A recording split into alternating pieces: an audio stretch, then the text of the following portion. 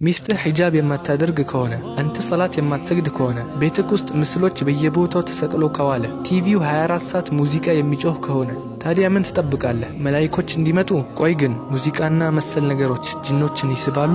እኔ ቁርአን በምቀራባቸው ሰዎች ላይ ያሉ ጅኖችን ደጋግሜ ጠይቃቸዋለሁ። ወደ ሰው ቤት የሚያመጣችሁ ወይም የሚስባችሁ ወይም የሚቀሰቅሳችሁ ዋናው ነገር ምንድነው?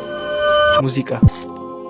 ሌላው ሼኽ ብዙ ጊዜ የምንጠየቀው ነገር ጅኖች የሰው ልጅን ሊያፈቅሩ ይችላሉ? አዎ፣ ይህ በህይወት ተሞክሮ ያየነውም እውነታ ነው።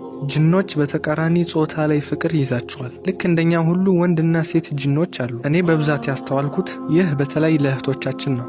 ጅኖች ወደ እህቶቻችን የሚሳቡት ዋነኛው መንገድ በመኝታ ቤታቸው ውስጥ ባለው መስታወት በኩል ነው። በአንዳንድ ሰዎች ላይ ቁርአን ስቀራባቸው ጅኖች ራሳቸውን እንደነገሩኝ ከሆነ መስታወት ለነሱ ከሰው ጋር ለመገናኘት በጣም ቀላሉ መንገድ ነው። ስለዚህ ሁሌም ለእህቶቻችን የምመክረው መኝታ ቤታችሁ ውስጥ መስታወት ካለ ፊቱ ወደ አልጋችሁ እንዳይዞር አድርጉ። ወደ መስታወት ስትመለከቱም ቢስሚላህ በሉ። በክፍሎቻችሁ ልብስ ከማውለቃችሁ በፊትም ቢሆን ቢስሚላህ ማለትን እንዳትረሱ።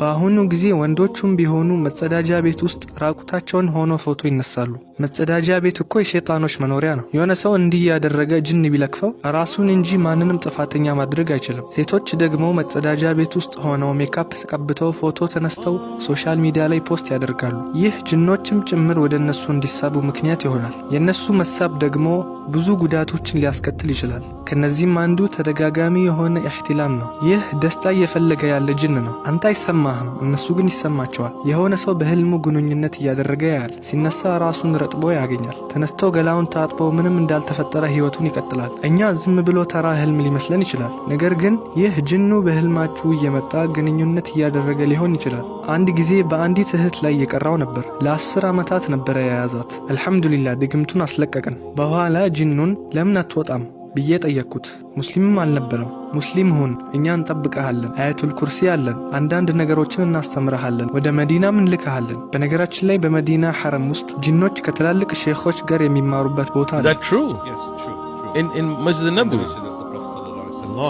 አንዳንድ ጅኖች ሰው መስለው በሐለቃት ላይ ታይተዋል። ሼኽ ኢብን ባዝም ይህን አንስተዋል። ሌሎችም ይህን ያዩ ሼኾች አሉ። ከዛም ተሰወሩ። ሼኽ ሙቅቢልም በጣም ጎበዝና ብልህ የነበረ ጅን ተማሪ ነበረው። ሼኽ ኢብን ባዝ አይነ ስውር ነበሩ። እናም እሳቸው የአንተ አነጋገር የሰው አይመስልም ብለውታል። ከዛም ተሰወረ።